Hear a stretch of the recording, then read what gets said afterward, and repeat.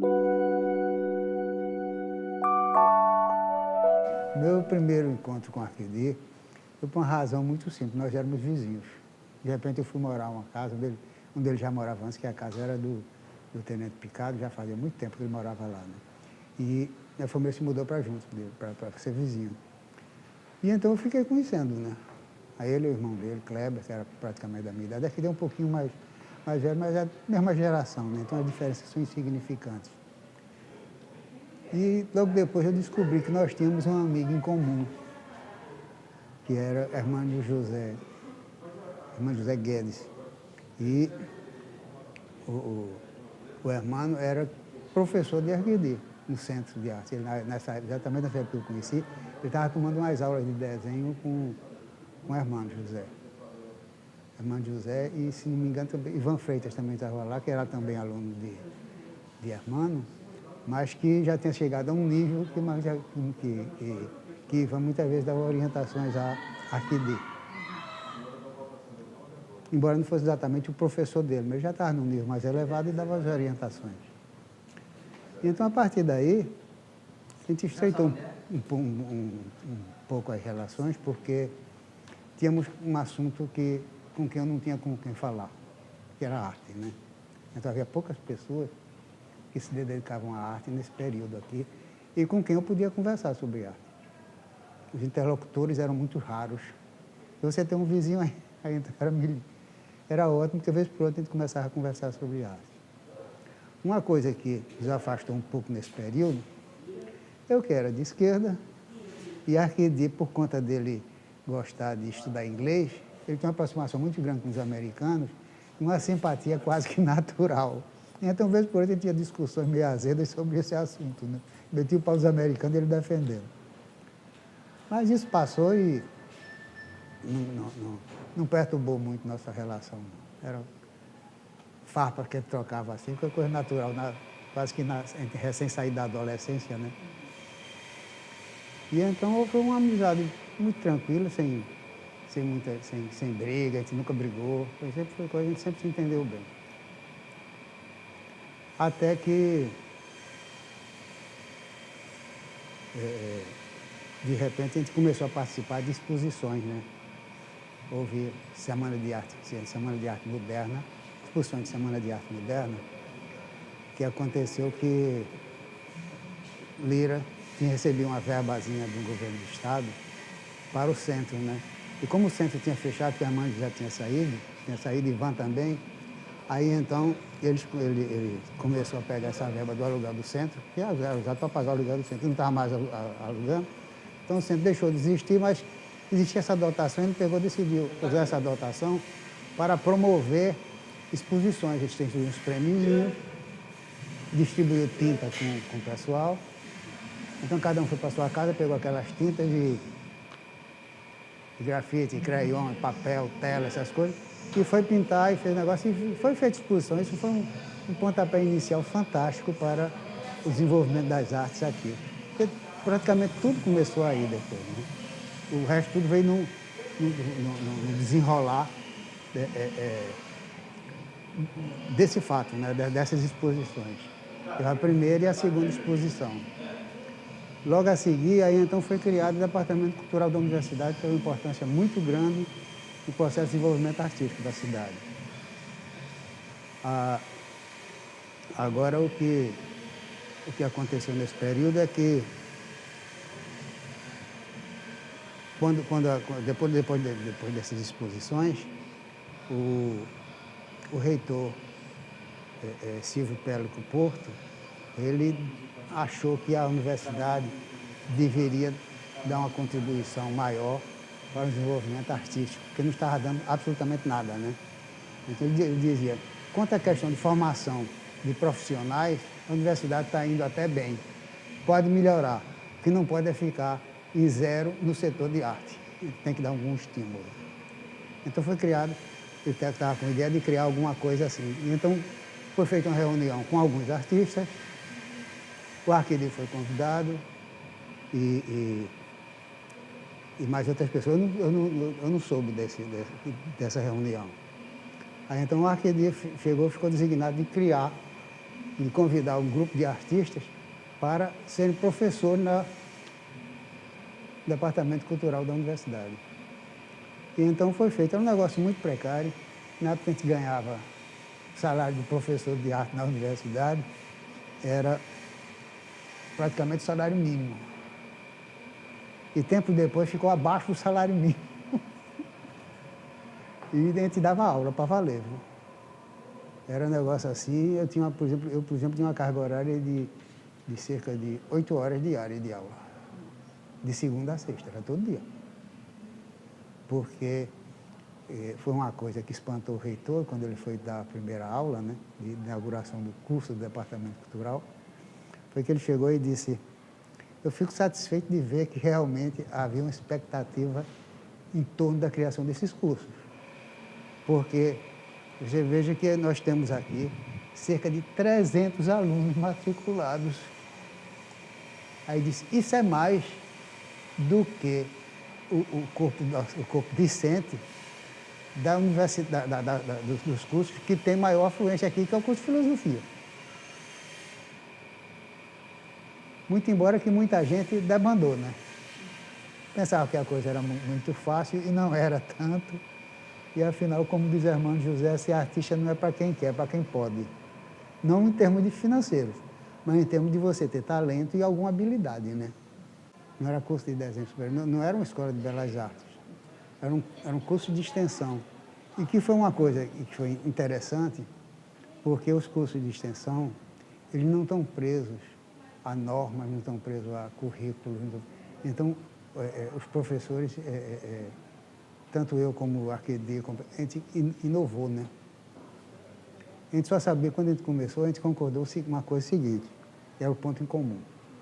As escolas de belas artes estão todas erradas, estão falidas. E realmente não estava saindo, fazia negócio assim de uns 20 anos, que não saía nenhum artista de nenhuma escola de belas artes. Não pode dizer que um curso desse seja um bom curso, né? Isso no país inteiro. Não se conhecia nenhum artista de renome que tivesse saído nos últimos 20 anos de uma escola de belas artes. Então, bom, já que a gente sabe que as escolas de belas artes estão falidas, vamos fazer diferente delas. Aí a gente começou a usar, ensinar o mínimo de técnica para os alunos e já deixar eles começarem a criar livremente e sair corrigindo a partir daí.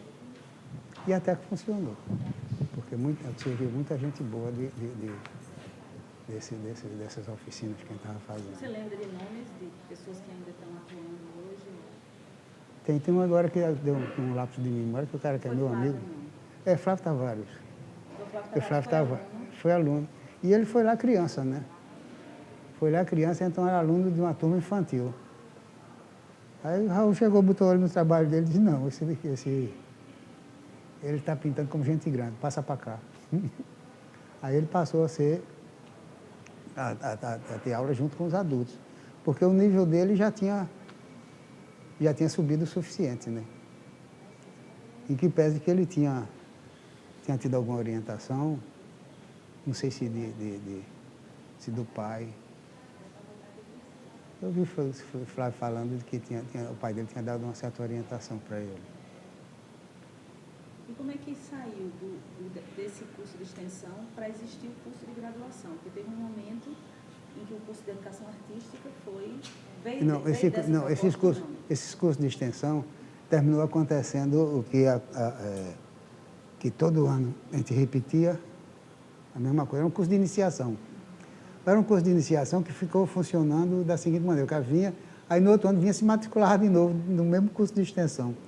Alguns se aprimoravam e outros ficavam só fazendo. Terminou juntando dentro da universidade um bocado de madame desocupada que não sabia, não tinha o que fazer, não tinha talento, ia para lá só para fofocar e para ficar pintando. Chegava lá, ficava pintando e conversando e fazendo fofoca.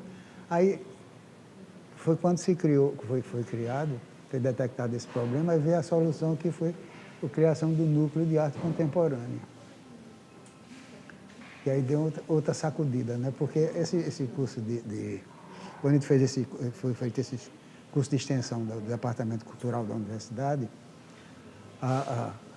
o modelo a ser seguido aqui era Nevinha Araújo, que é uma pintora clássica, acadêmica, coisa e tal, que não tinha, inclusive, não tinha nenhuma técnica muito boa, né? Ela pintava, mas ela não tinha conhecimento técnico, ela nunca teve, né? Então, era uma coisa muito intuitiva, muito primária e não era muito bom. Não era uma boa pintura. Mas esse era o ponto alto que se conseguia na cidade, era Nevi Araújo, que era a grande artista da cidade. Então, com esse negócio do departamento cultural, a gente deu uma sacudida e começaram a aparecer alguns artistas para valer. Mas como aconteceu isso, a própria dinâmica do curso, em vez de ficar, porque também eu saíram outros professores também. Eu saí não, fui saído, né, por causa da revolução, entre aspas, né? A revolução conservadora é uma coisa que não existe, né? O golpe militar me tirou da universidade e aí eu fiquei marginalizado com relação à produção de arte aqui no Estado.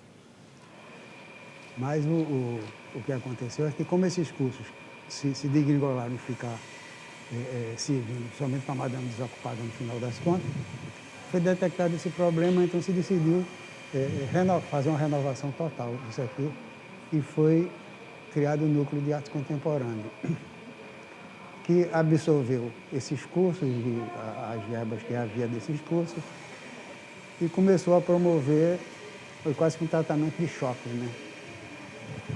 Isso começou a pegar gente de vanguarda e começou a expor aqui na cidade. E houve uma reação, inclusive, a muita gente que já era artista, que estava pintando, que ficaram furiosos no início. E isso não é arte, não sei o quê. Essa questão do curso de educação artística, ela quase que coincidiu a criação dos dois. Foi criado o curso de educação artística. O curso de educação artística não foi uma questão de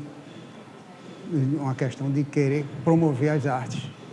Não foi decisão daqui da universidade. O que veio foi lá de cima, do Ministério de Educação, para dar uma resposta à Lei de Diretrizes e Bases, que criou o curso de Educação Artística nas escolas. Então, alguém tinha que formar os professores. Só que curso de professor aqui no Brasil praticamente não existe no ambiente das universidades particulares. Não existe, quase pouquíssimas universidades particulares têm curso ligado à formação de professores. Porque, como a remuneração do professor sempre foi muito baixa, aí então o pessoal que tem um poder aquisitivo maior, que quer manter o seu poder aquisitivo, não quer ser professor. Principalmente professor no ensino médio e fundamental.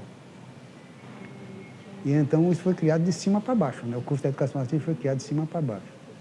Não foi a questão de estar ligado. Chegou no momento, coincidiu, né? E que a universidade tinha detectado que havia problema com seus cursos de extensão, que estavam funcionando. Não estava produzindo artistas mais. Aí então foi que decidiu fazer um tratamento de choque nisso e começou a fazer exposições de artistas de vanguarda. O que tinha de mais avançado em termos de vanguarda no Brasil na época, o mais representativo da vanguarda da arte brasileira foi o Victor Ponaco. Tanto que o NAC criou uma importância muito grande no Brasil inteiro, entre o pessoal de vanguarda, que todo mundo queria, todo artista de vanguarda queria expor no NAC. Passou a ser referência. Os caras chegaram até quando houve uma restrição de verbas para o NAC, que o pessoal não podia bancar da passagem, podia conseguir as passagens, mas não tinha como oferecer estadia. Então o pessoal vinha, ficava hospedado na casa de Raul Corda, que geralmente era uma pessoa que ele tinha conhecido, que eram amigos, se correspondiam. Então ele ia ficar hospedado na casa de Raul Corda, na casa de Chico Pereira. E aí, muitos deles até pagavam para pagar o excesso de bagagem do desenho das pinturas que eles iam expor aqui. Trazer o material dele por conta própria. Porque era uma referência, eles queriam colocar no currículo dele que tinha exposto no NAC. E eu sei que a arte dele, ele tem um papel muito bom, muito forte nisso, nessa criação do departamento cultural. E foi aí que então, logo quando aconteceu a primeira aula, ele veio me confidenciou que estava muito nervoso para dar a primeira aula. E então eu tinha tomado uma dose de cunhaque, aí melhorou. Aí, como ainda estava muito nervoso, aí tomou uma segunda dose de conhaque e aí deu uma aula maravilhosa. Eu vou contar isso como se tivesse descoberto uma coisa maravilhosa. Você acredita que você precisa tomar muito cuidado com isso, porque você não pode condicionar a sua sobrevivência, o ganhar pão de cada dia, à bebida.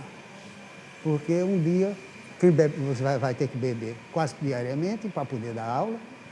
Quando for depois, essa questão de você ficar bebendo quase diariamente, isso vai afetar teu fígado, vai danificar a tua saúde.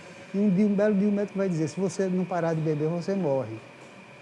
Aí você vai ficar com um dilema cruel, porque se parar de beber, você vai conseguir dar aula. Se não dá aula, não ganha dinheiro, não vai conseguir sobreviver sem ganhar dinheiro. Aí então é uma coisa cruel que você está fazendo, iniciando, é bom parar. Não sei o quê, eu tenho cuidado, não sei o quê. Mas aí aconteceu que ele terminou ficando dependente realmente de álcool para poder dar aula. Ele ficou bebendo com uma frequência que não devia acontecer, né? E teve uma cirrose, ficou internado. Aí quando foi que ele voltou para dar aula, aí eu cheguei e disse, Arquidio, você está tendo uma segunda chance para continuar vivendo. Porque esses processos de cirrose, eu sei que a primeira cirrose, você cura, você pode sobreviver, mas sem beber. Se você voltar a beber, você vai sobrecarregar o fígado, então vai ter um segundo processo e dificilmente você vai ter um terceiro. Você só tem um segundo. Quando você bate o segundo processo de cirrose, é muito rápido para o fígado ter um processo de degeneração irreversível. E foi o que aconteceu com ele. Quando eu avisei isso, logo depois disso, aí, um dia de chuva, eu fui deixar ele em casa, porque as ruas estavam inseguras, porque já era tarde da noite, estava chovendo muito, tanto que ninguém, eu não estava dando aula, porque não tinha ninguém, não veio nenhum aluno, nem meu, nem dele. Aí, foi para casa, né? Aí já era negócio de 9 horas da noite, se as ruas estão desertas, então fica perigoso você andar por aí, vou te dar uma carona, porque eu estava com o automóvel. Aí peguei e fui dar uma carona para ele. Aí quando ele chegou no meio do caminho da casa dele, ele chegou e disse, não, para aí, quando eu li era um bar. Eu disse, que dia você vai parar? Não, rapaz, porque está fazendo frio, não sei o quê, coisa e tal. Bom, eu fico triste com isso, porque eu sei que eu vou perder um amigo. Quando deu o negócio, uns 2 meses depois, ele veio a falecer em decorrência de uma segunda cirrose, que aí realmente não teve cura, né?